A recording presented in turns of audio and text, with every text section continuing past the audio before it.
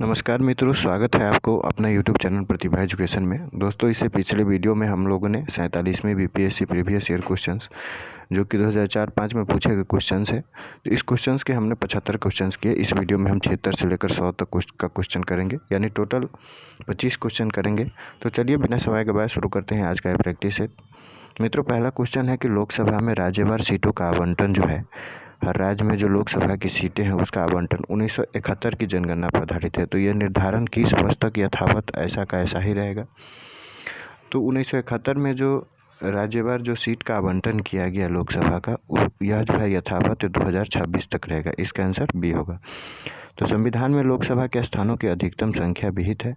इन स्थानों को राज्यों और संघ राज्य क्षेत्रों में विभाजित किया गया है। 1976 में संविधान के संशोधन द्वारा वर्ष 2000 तक स्थानों का आवंटन और निर्वाचन क्षेत्रों का विभाजन स्थिर कर दिया गया। कब तक? 2000 तक। पुनः सन 2002 ईस्वी में संविधान के 87वां संशोधन द्वारा जो है यह 2026 तक बढ़ा दी गई। तो 1976 में संशोधन किया गया और 2000 तक स्थिर रखा गया, लेकिन फिर 2002 में जो है यह 87वां संशोधन द्वारा 2026 तक बढ़ा दी गई। अगला क्वेश्चन है क्वेश्चन नंबर 77। क्वेश्चन कह रहा है कि निम्नलिखित में से कौन सा विषय समवर्ती सूची में है, यानी कंकरेंट लिस्ट में है। तो इसमें जो है शिक्षा जो है ये समवर्ती सूची में है। शिक्षा किस में है? समवर्ती सूची में है। जबकि कृषि, पुलिस और रक्षा ये सब स्टेट लिस्ट है, स्टेट लिस्ट की है, यानी कि राज्य सूची के। तो भारत में कानून बनाने की शक्ति का विभाजन किया गया है।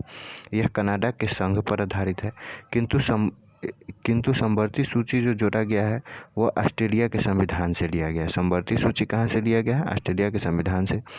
शक्ति विभाजन जो है 3 अनुसूचियों पर आधारित है: संघ सूची, राज्य सूची और समवर्ती सूची।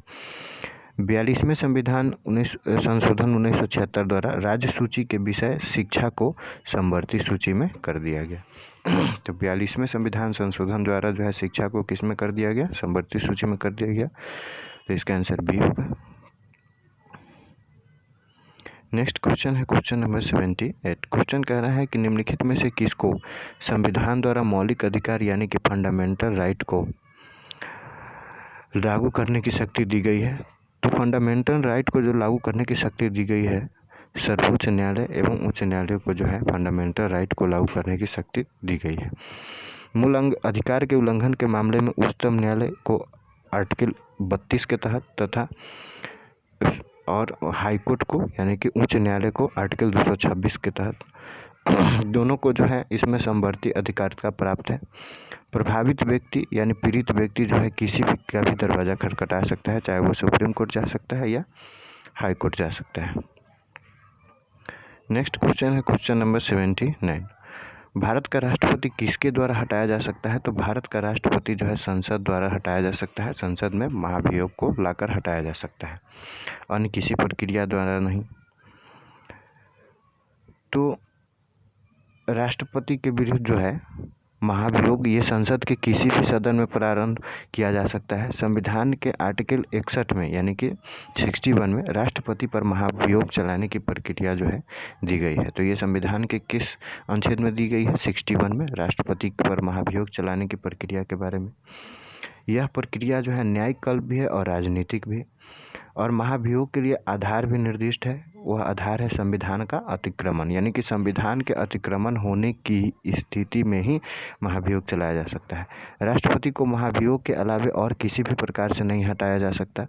राष्ट्रपति के हटाने की प्रक्रिया को ही महाभियोग कहा जाता है।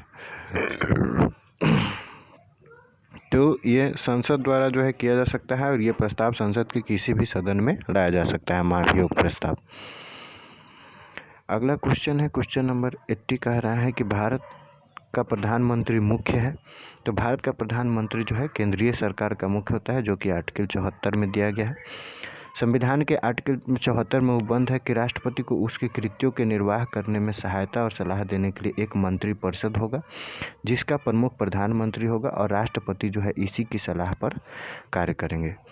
तो आर्टिकल 74 में जो मंत्रिपरिषद की बात की गई है उसी का प्रमुख जो है प्रधानमंत्री होता है और राष्ट्रपति जो है इसी प्रधानमंत्री की सलाह पर, मंत्रिपरिषद के सलाह पर कार्य करते हैं।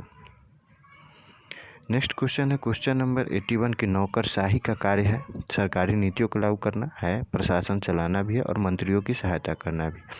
तो इसका आंसर डी होगा। नौकरशाही का प्रमुख कार्य जो है सरकार की नीतियों का निर्माण करना और लागू करना, प्रशासन के कार्य का संचालन करना और जन सामान्य के कामों में लोकप्रिय मंत्रियों की सहायता करना है। तो नौकरशाही का कार्य क्या है? सरकार की नीतियों को लागू करना, प्रशासन चलाना और मंत्रियों की सहायता करना। अगला क्वेश्चन कह रहा है कि वैश्वीकरण के पीछे मुख्य विचार क्या है? वैश्वीकरण जो किया गया इसके पीछे मुख्य विचार क्या है? तो इसके पीछे मुख्य विचार जो है ये आपसी समान दृष्टिकोण रखते हुए समस्त अंतर्राष्ट्रीय समुदाय के साथ कार्य करना है।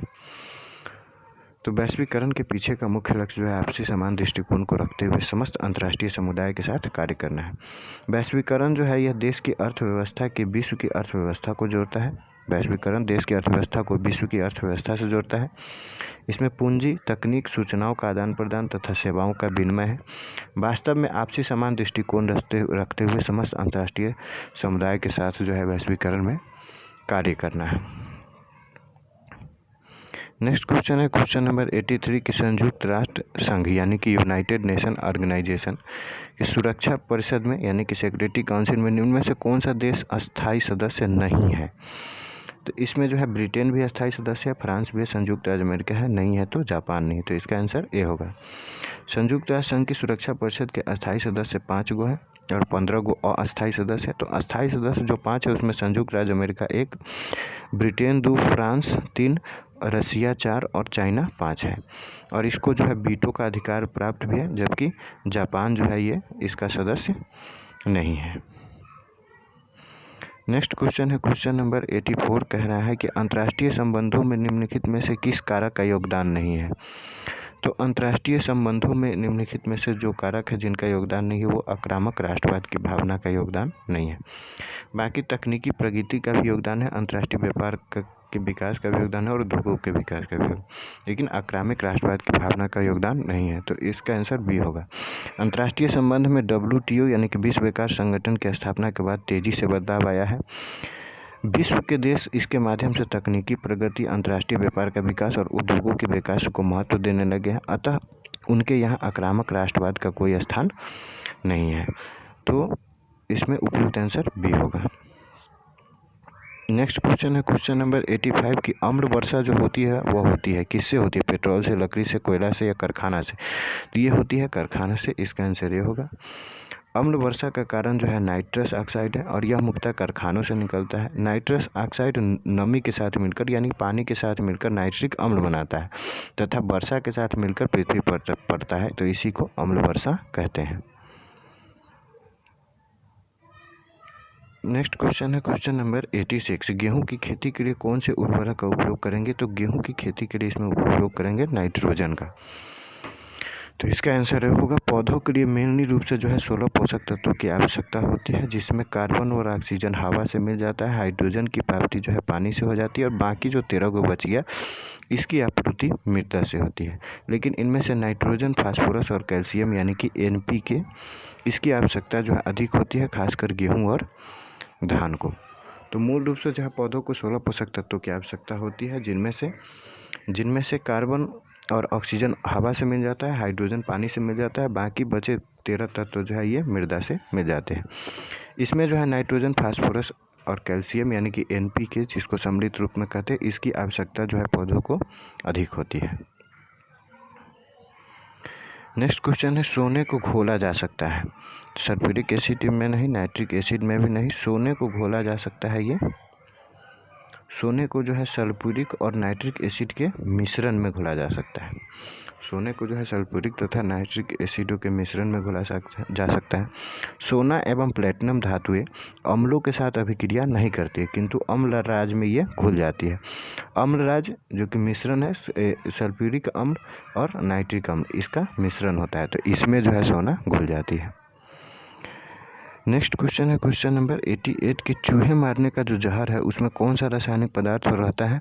तो चूहे मारने की जो जहर है उसमें रासायनिक पदार्थ रहता है पोटेशियम साइनाइड। इसका आंसर सी होगा। चूहे मारने के लिए जो है रेड्रोसाइड का उपयोग किया जाता है, जिसका निर्माण जो है पोटेशियम साइनाइड नामक रसायन से किया जाता है। यह अत्यंत जहरीला रसायन है। अगला क्वेश्चन कह रहा है कि हाइड्रोजन जलाने से क्या बनता है? तो हाइड्रोजन को जलाने से जो है पानी बनता है। इसका आंसर डी होगा। हाइड्रोजन बिना हवा की उपस्थिति में नहीं जल सकता। यदि इसे हवा की उपस्थिति में जलाया जाएगा तो ऑक्सीजन से अभिक्रिया कर जो है जल का निर्माण करेगा। नेक्स्ट क्वेश्चन है क्वेश्चन नंबर 19 कि हीमोग्लोबिन में कौन सी धातु होती है? तो हीमोग्लोबिन में जो धातु होती है वो धातु होती है लोहा। हीमोग्लोबिन के केंद्र के एक भाग लौह परमाणु रहता है और दूसरे भाग में ग्लोबिन। तो ग्लोबिन रहता है 95% और 5% जो है लौह परमाणु रहता है। तो ग्लोबिन जो होता है वह रंगहीन प्रोटीन होता है। नेक्स्ट क्वेश्चन है क्वेश्चन नंबर 91 की एस्पिरिन कहाँ से मिलती है? तो ये हमको पौधे से मिलती है। तो इसका आंसर सी होगा। एस्पिरिन जो है पेड़ के लैक्टेक्स से प्राप्त होता है जो कि बुखार और वेदना यानी कि पीड़ा निवारक होता है। एस्पिरिन के कैल्शियम और सोडियम लवण ज़्यादा घुलनशील और कम हानिकारक होते हैं। तो एस्पिरिन के जो कैल्शियम सोडियम होते हैं वो ज़्यादा घुलनशील और कम हानिकारक भी होते हैं। नेक्स्ट क्वेश्चन है कि पीतल में कौन सी धातु होती है? तो पीतल में जो होती है तांबा और जस्ता होती है। इसका आंसर डी होगा। पीतल यानी कि कॉपर में तांबा और जिंक यानी कि जस्ता का संघटक होता है। यह आघात वर्धनीय, शक्तिशाली, संक्षारण प्रतिरोधी और सुगमता पूर्वक जो है संचयित किया जाने वाला तत्व होता है। नेक्स्ट क्वेश्चन है क्वेश्चन नंबर 93 कि तैरने के तालाब में तैरने से मनुष्य की त्वचा क्यों जल जाती है? तो ये क्लोरीन के कारण जल जाती है। दरअसल होता क्या है कि तैरने के तालाब में बहुत सारे लोग नहाते हैं जिससे गंदगी फैल जाती है। कोई लोग संक्रमित होता है तो संक्रमण भी फैल जाती है। तो इस संक्रमण को दूर करने के लिए जो है ब्लीचिंग पाउडर का इस्तेमाल किया जाता है और उस ब्लीचिंग पाउडर में जो है क्लोरीन होती है और उस क्लोरीन के कारण जो है हमारी त्वचा और बाल को हानि पहुंचती है। नेक्स्ट क्वेश्चन है क्वेश्चन नंबर 94 कि जब वैद्युतिक ऊर्जा गति में परिवर्तित होती है तब क्या होती है? तो वैद्युतिक ऊर्जा जब गति में परिवर्तित होती है तो 30% ऊष्मा की हानि होती है। इसका आंसर सी होगा, यानी कि 30% ऊष्मा की हानि होती है। अगला क्वेश्चन कह रहा है कि शक्कर के किण्वन से क्या बनता है? तो शक्कर के किण्वन से बनेगा इथाइल अल्कोहल। ग्लूकोज और फ्रक्टोज से बनी गन्ने की शर्करा जिसका आणविक सूत्र होता है C2H21O11, इसके किण्वन से जो है इथाइल अल्कोहल बनता है। नेक्स्ट क्वेश्चन है कि विद्युत उत्पन्न करने के लिए कौन सी धातु का उपयोग किया जाता है? तो दिए गए ऑप्शन में विद्युत उत्पन्न करने के लिए यूरेनियम धातु का उपयोग किया जाता है। नाभिकीय ऊर्जा से विद्युत का उत्पादन किया जाता है। इसके लिए रिएक्टर में जो है यूरेनियम के आइसोटोप्स का उपयोग ईंधन के रूप में होता है। नाभिकीय विखंडन में यूरेनियम, प्लूटोनियम, थोरियम का उपयोग होता है।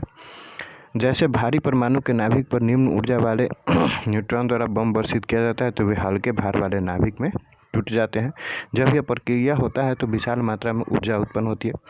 भारत में थोरियम द्वारा ऊर्जा उत्पादन करने का जो है प्रयोग चल रहा है। केरल में जो है काफ़ी मात्रा में थोरियम पाया गया है। अगला क्वेश्चन है कि लोलक की काल अवधि है। तो लोलक की काल अवधि जो है इसकी लंबाई के ऊपर निर्भर करती है। इसका आंसर बी होगा। लोलक की काल अवधि लंबाई के ऊपर निर्भर करती है। लोलक एक की लंबाई जितनी अधिक होगी उतनी ही तेज़ी से वह दोलन करेगा। इसका सूत्र टी यानी टाइम पीरियड इक्वल टू यानी कि आवर्तकाल इक्वल टू 2π × रूट अंडर लंबाई बटा ग्रेविटेशन होता है, यानी जी का मतलब ग्रेविटेशन। अगला क्वेश्चन है 98 की चुंबकीय सुई किस तरफ संकेत करती है? तो चुंबकीय सुई जो है उत्तर की ओर संकेत करती है। पृथ्वी के चुंबकीय प्रभाव के कारण जो है चुंबकीय सुई की नोक सदैव उत्तर की तरफ होती है।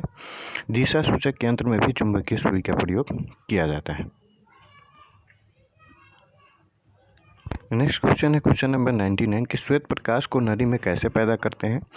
तो श्वेत प्रकाश को नली में पैदा करने के लिए तंतु को गर्म किया जाता है। इसका आंसर बी होगा। ननका में भरी आर्गन गैस तथा पारे को वाष्प में विसर्जन करने के लिए दोनों तंतुओं को गर्म करने पर तंतु गर्म हो जाता है तो नली में श्वेत प्रकाश उत्पन्न होता है। नेक्स्ट क्वेश्चन है क्वेश्चन नंबर 100 महासागर में ऊंची जल तरंगें कैसे उत्पन्न होती है? तो महासागर में जो ऊंची जल तरंगें उत्पन्न होती है यह जो उत्पन्न होती है चंद्रमा से। इसका आंसर डी होगा। ज्वार भाटा का उतार एवं चढ़ाव चंद्रमा के गुरुत्वाकर्षण का सीधा परिणाम है। पूर्णिमा और अमावस को जो है सूर्य तथा चंद्रमा का आकर्षण बल एक सीध में कार्य करता है जिसे बड़ा और बृहद ज्वार भाटा आता है।